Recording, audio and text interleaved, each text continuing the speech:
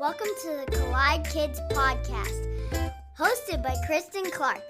This is a show for kids and families.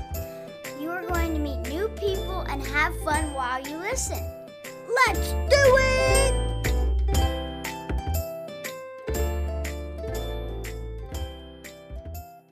Hey, y'all. Happy Thanksgiving. Welcome to the Collide Kids Podcast.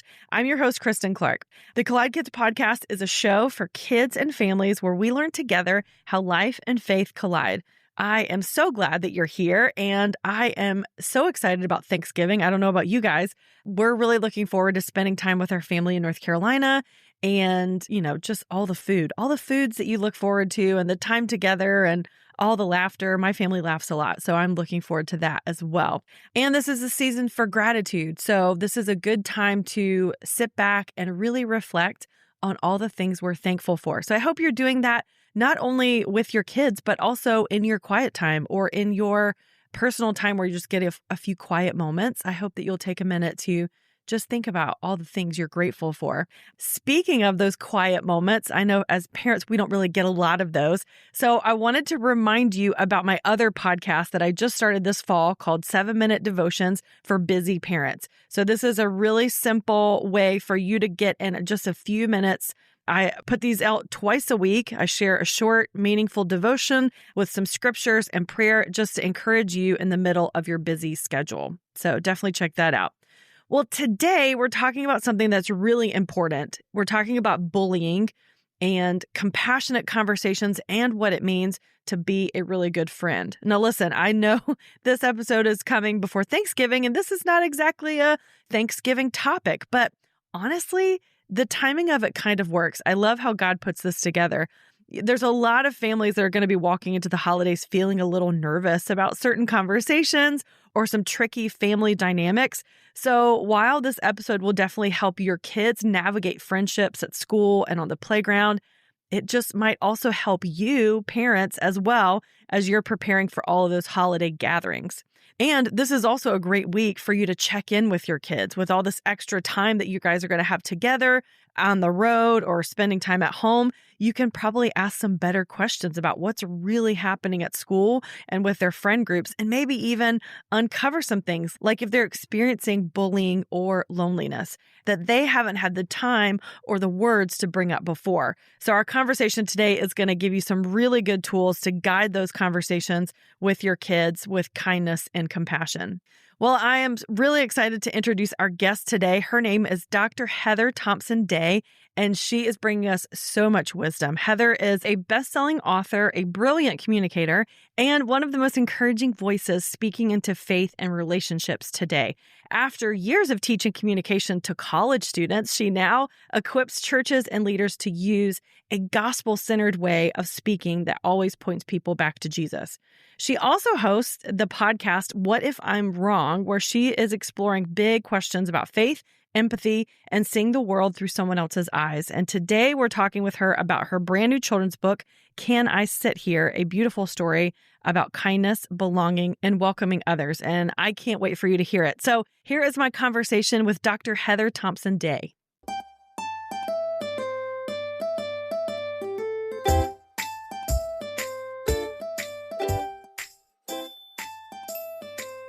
Heather Thompson Day, I am so excited to have you on the Collide Kids podcast today. I'm so excited to be here. Thank you for doing this. This is so fun. Would you just introduce yourself? Tell us a little bit about who you are and what you do. Yeah. So my name is Heather Thompson Day, and I was a teacher for a very long time, teaching grown kids, college kids. And I did that for almost 15 years. And now I write books and do ministry. Very cool. Now, is it more fun to teach younger or older? So I've never taught young kids. I substituted for a little bit. Okay. And I absolutely loved being a substitute teacher. But then you get to go in and out. You know what I mean? But I love college age kids. It was a massive joy for me to be in a part of that transition period for families. Very cool. I love that.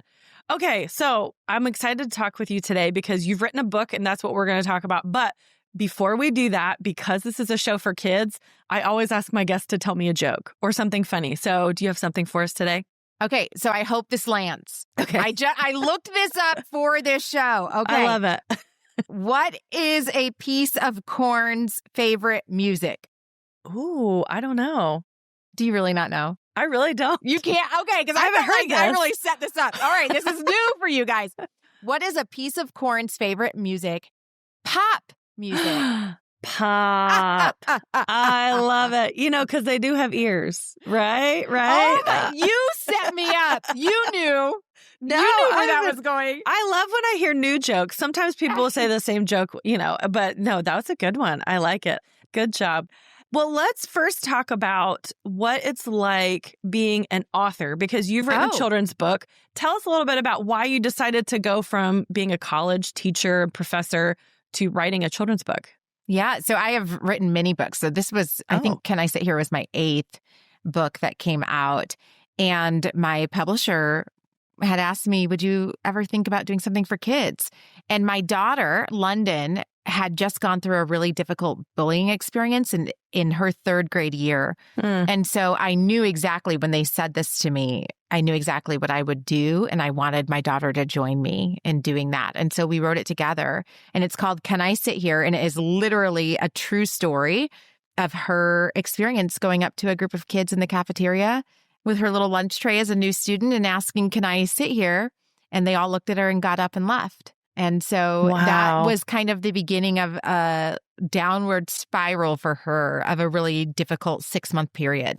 Wow. That's so difficult. And, you feel like in that moment, like I'm the only one going through this. But so many kids have been bullied before. Yeah. And I feel like her writing the story and now the feedback that we've gotten has been very, we don't want to, all of us just love the misery of knowing that this has happened to all of us, but it has been so helpful for her to really realize, oh my goodness, it wasn't just me. Because I do think you think there's something wrong with me. There's something wrong with my personality. There is something wrong with the way God made me.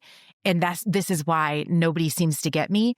And now she realizes that this is part of so many of our experiences, down to adults. I'm sure parents listening. Oh, yeah. They have experiences that you literally never forget. Right. Of being bullied in school. That's true. And I think, too, adults go through this even as adults. Like we get bullied online. We might even get bullied at church or at our job. And so lots of people go through this. Tell us about why this was such an important story. Like, what was the purpose of getting this story out? I think what I wanted was to create moments of self-compassion. It's something that's very central to me because what I did before I've been in ministry was I taught communication. And in communication, we have a field called compassionate communication where you learn compassionate communication strategies. And all that means is like, when life is hard, how am I kind to myself? How do I allow my heart to remain soft despite a situation that is very, very hard? And so this book for me professionally was a way to kind of talk about these compassionate communication strategies. And then as a mom, it was just this redemptive thing that I was able to bring my daughter into so that she realized that she has a voice, right? And that she can share these stories and that it matters and it connects to other people and that you're not alone. We'll be right back after this. Wouldn't it be amazing if the media your kids watch could entertain and support their spiritual growth? With Minnow, it can. Minnow is the #1 source for Christian kids content. The Minnow streaming service is filled with high-quality shows that spark imagination and curiosity about God and the Bible. From adventure in young David to singing and scripture for little ones in God's greenhouse, and the hilarious new series, The Dead Sea Squirrels, from the co-creator of VeggieTales. Minnow even has the Laugh and Grow Bible for kids, with beloved Bible moments and support for tackling some curious questions. Plus classics like VeggieTales, Bible Man, and more. And did I mention it's all ad-free? Visit gominnow.com to start your free trial and start watching today.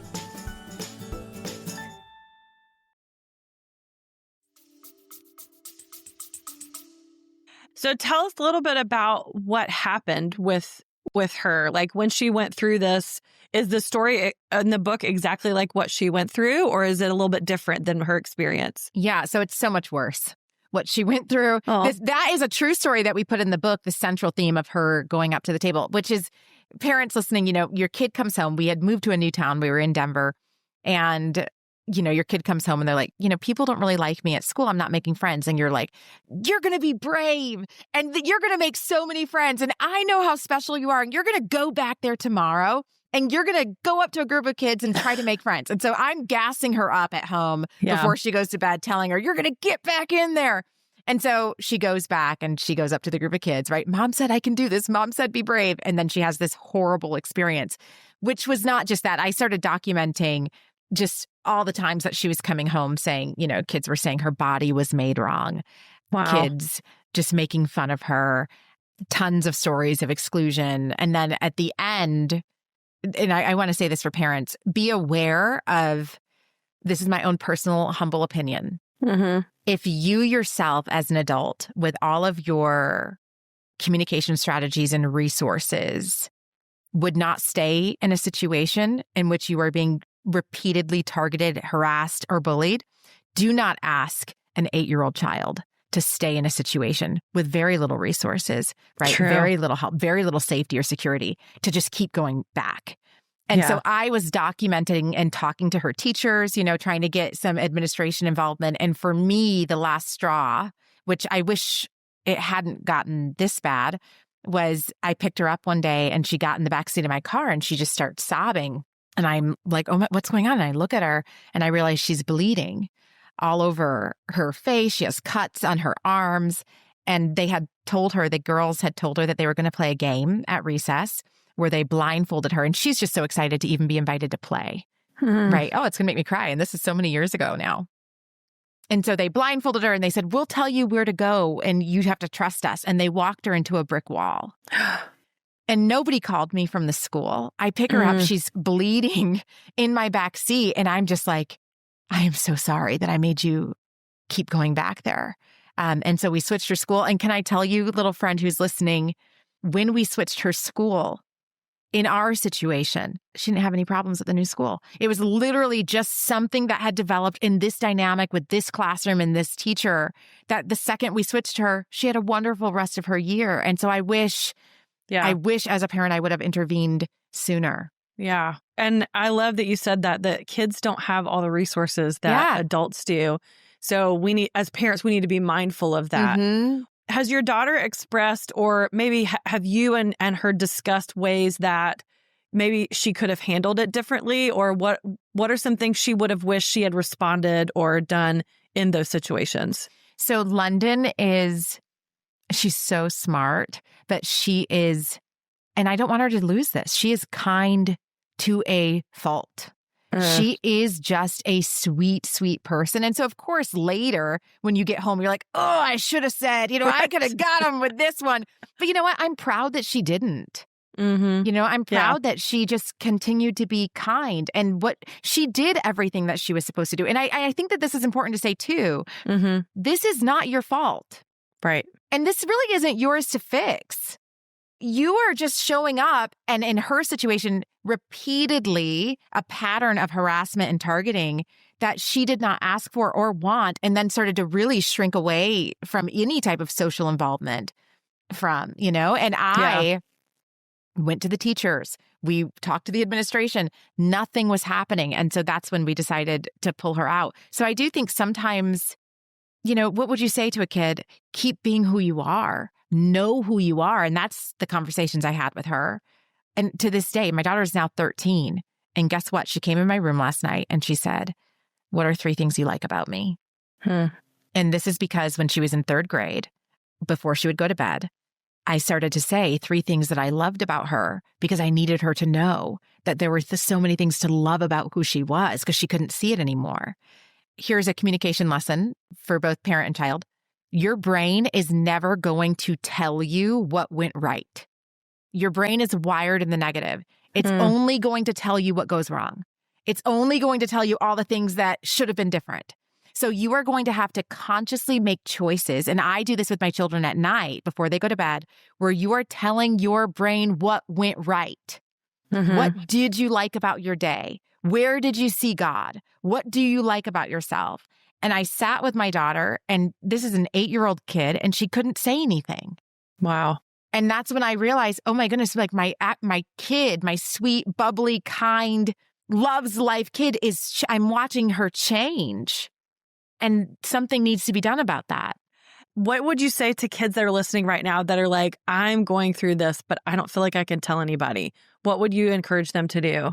Okay, so here's what I know because I've listened to my daughter say what she did. She tried to talk to a teacher, right? And of course, she talked to her parents. Mm-hmm. And so if you can do that, and then something I still have my kids do, just as somebody who worked in the education system for 15 years, documentation is your best friend. And all that means is write down the date and try as hard as you can to have a few sentences as to what happened.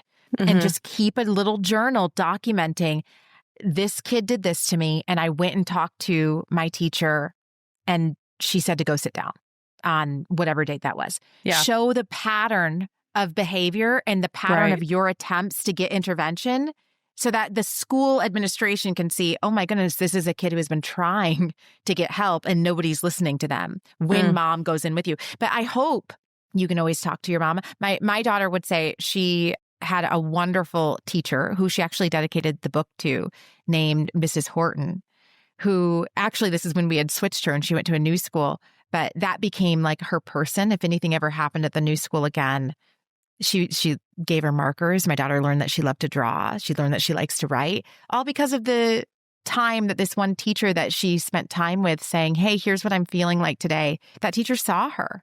And so teachers, man, they make such a big difference. Wow, they really do. And how they handle things and how they see the children, that's so important. Let's think about this on the other side, though, because I feel like I'm a goofy person and I like to joke around. And in my family, we like to make fun of each other and say things. But what if you're a kid or an adult and you're realizing maybe something that I did that I thought was funny is actually bullying? How do we decide, or how do we figure out if we're being the aggressor, we're being the bully? That is such a good question. Man, how do you know if you are being the bully? I hope that somebody points it out to you and that you're receptive to it. What I would say is, and this is on the other end, if you can't tell if somebody's joking, it's okay to say to them, and this is the exact words I teach my kids to use, it makes me uncomfortable when you do that. It makes me uncomfortable when you make that joke. My son is very, very short, and he has a teacher who said in front of the whole class, oh, Hudson, when you go to a restaurant, do you use a booster seat? And so I really think she was making a joke, right? She thought it was like, we're roasting, we're bantering here, middle school boys, but he was really hurt, right? And he came home and I said, so what you need to say to her tomorrow is, if she does it again, it makes me uncomfortable when you talk about my height. Any teacher who is worth their salt in teaching will say, oh my goodness, that was not my intention. I am so sorry that I said that. Right. Right. And now I realize, okay, this is now a safe space again. Yeah, that's good. And that reminds me too, I remember when I was probably in like 5th or 6th grade.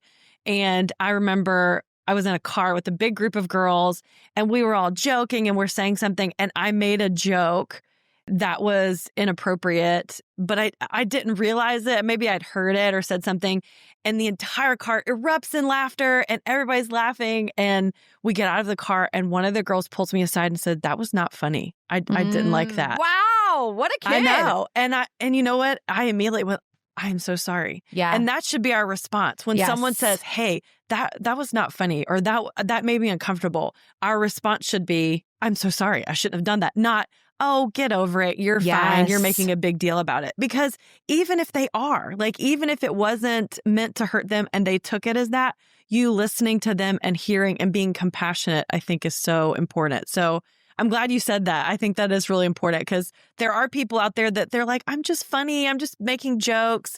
And they don't realize how far those jokes can go sometimes. Yeah. In communication, we say communication is in the person.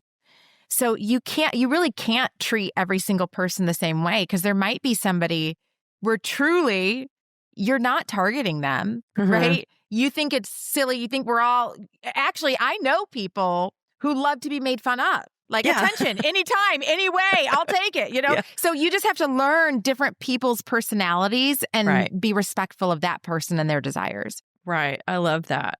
Another thing that I love you said was about documenting. And I went through a season where I was working with someone in a job, and I noticed that I just didn't feel comfortable around this person. And so I just started writing down like, okay, why is it that I feel this way? And I started writing down incidents. And when I finally stepped back and looked at the list, the very long list of things and issues that had been going on, it made me realize like, this isn't just because I'm being dramatic or I'm being sensitive. There's a lot here. And so I was able to address it because even the documentation for me to look at helps me and my family to see there's an issue. So even if it's just for you, for your personal, to recognize it and to write it down, I think that's really smart. This is such a big thing, I think, for kids is to learn trusting themselves and trusting their guts, because that is not something, I felt like my parents really taught me how to trust them. It took me many years to learn how to trust me. And we need both of those things. Else we end up in situations where we minimize a situation that's actually dangerous to us. This is threatening. This person actually is not my friend, though they are using the word friend. Right. So paying attention to how somebody is making you feel, writing it down, those things are so important. And so this book, you said it's about feeling lonely, being brave, and making friends. So what would you give advice to someone who is struggling to make friends? It is getting harder and harder, it seems like. Even my young kids are struggling socially in way. I think because of technology, we're struggling to make connections that human beings are actually wired to experience.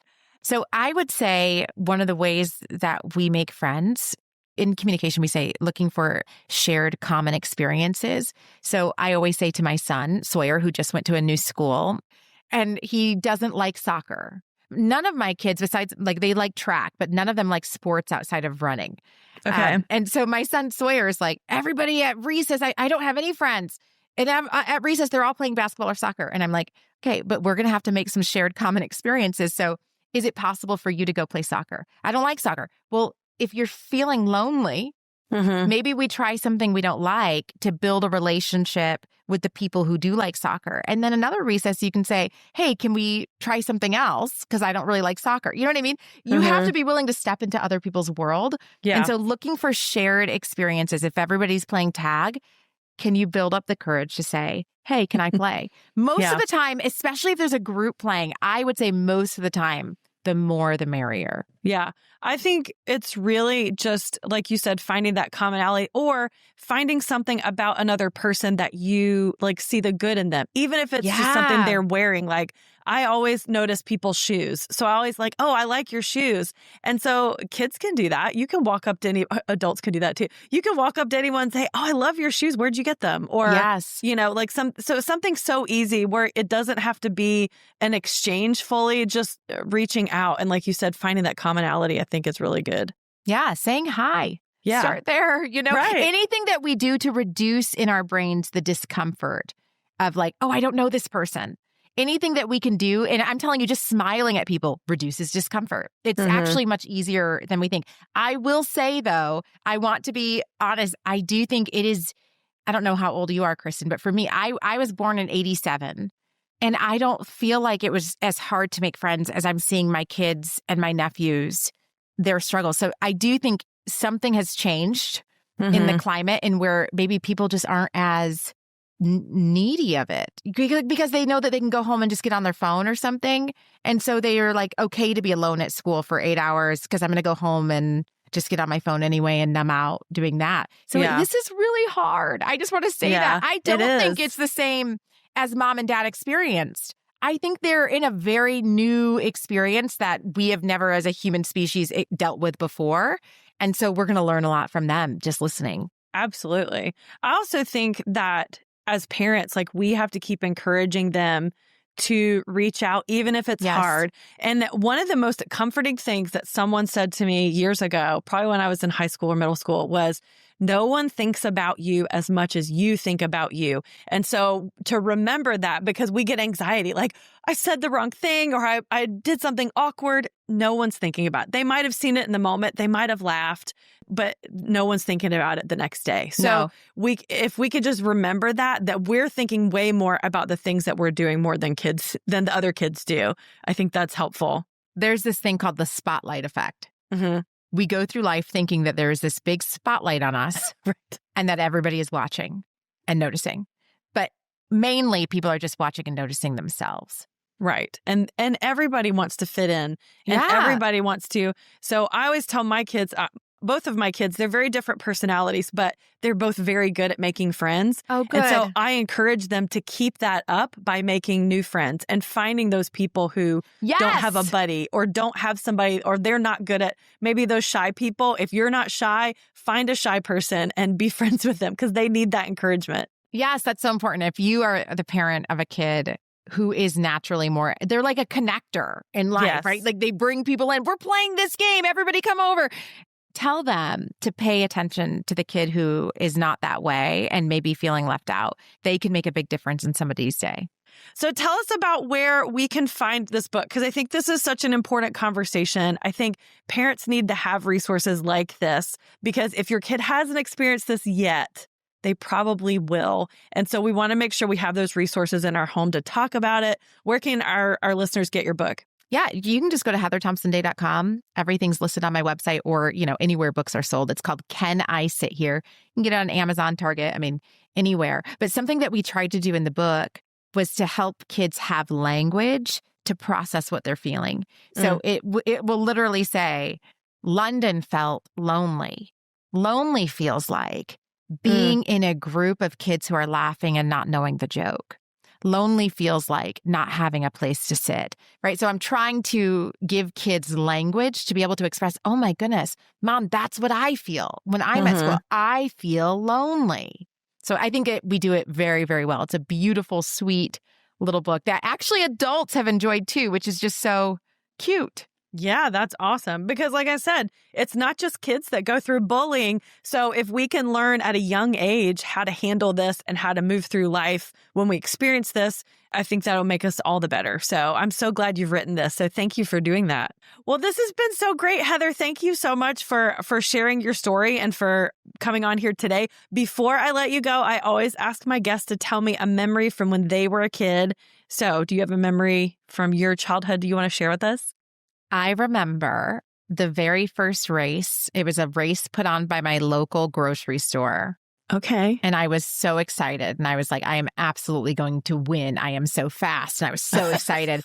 And I got to the starting line and they, whatever the little gun thing is or a whistle that blew, it blared. And I tripped. Oh, no. Literally at the beginning of the race. Right at the starting line. Tripped over my own feet. And so I lost the race. And that is just a big memory for me. I don't really have a bow to put on that, just that I lost the first race I ever ran. And I was so excited to show up. And sometimes life goes like that. You're so excited to try something new and then you trip and things just don't go the way you thought. And how do we keep showing back up for ourselves and signing up for the next race so that we have a new experience? That's the invitation for all of us. That's so good. Yeah. Keep signing up, even if you trip. And you know what? No one thought about that Nobody more else than you did. And look at me, right? 20, 30 years later, still like, do you remember the day? I'll never forget. Yeah, I love it. Well, Heather, thank you so much for being on the show today. This was great. Thanks for having me.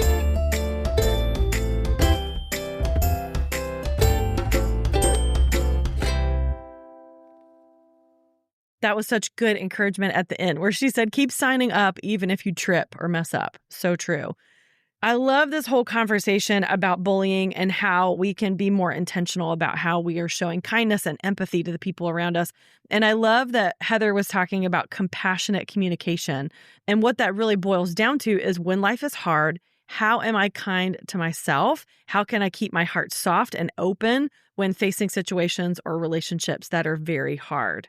And she had really great encouragement for people who might be facing bullying or will face it at some point. It's hard to figure out what the right thing is to do in each situation, but just keep being who you are And sometimes you can do all the right things and it still doesn't change. So that's when you need to make sure you're letting trusted adults in your life know what's happening. Heather also reminded us that our brain is wired for the negative, and usually it's going to tell you about what goes wrong.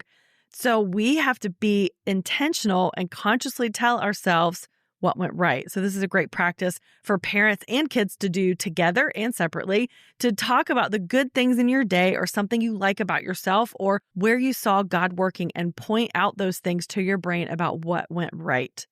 And like we talked about today, if you're the type of person who's struggling with feeling lonely or left out, then sometimes you might need to try a new activity or do something you don't love at first just to make a connection. And once you build those friendships, you can invite them into the things you enjoy too, or learn about things you both like to do.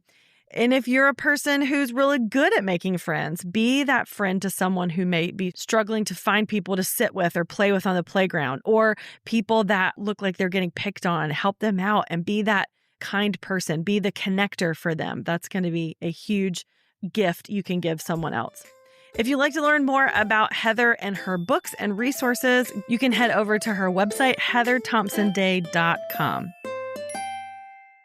Well, now it's time for one of my favorite parts of the show. It's our family discussion segment. So this is where we get to ask a few fun questions and you can talk about it as a family and keep the conversation going. So if you want to pause between each question, or if you want to just listen to all of them and pick the one you like the most, or maybe talk about them later, whatever you want to do, whatever works best for your family. But I hope that this will spark some great conversations. So let's talk about it. Here's the first one.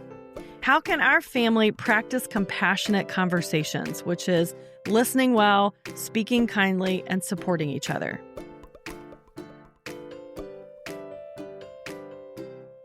Number 2, if you're feeling lonely or left out, what is one activity you could try, even if it's not your favorite, to help you make a new friend?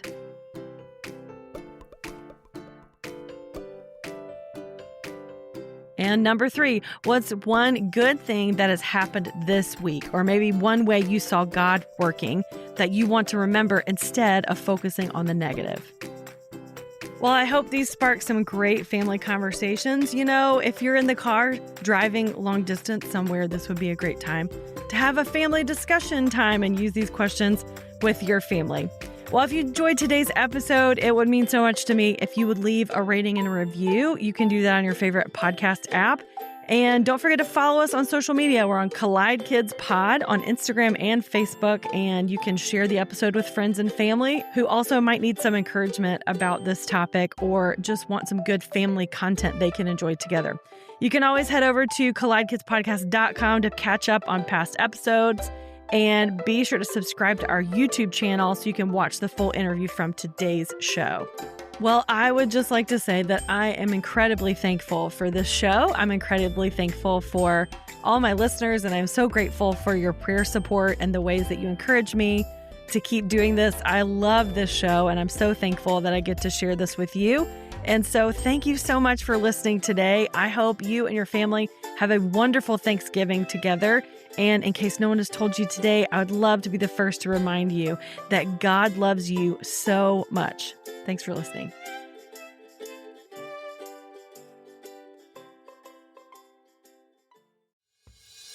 You know, raising kids in the digital age isn't easy, but Bark Technology makes products that help parents keep their kids safe online and in real life.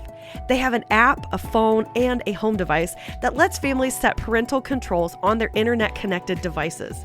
I love the app because it helps us manage screen time and blocks websites and apps we want our kids to avoid.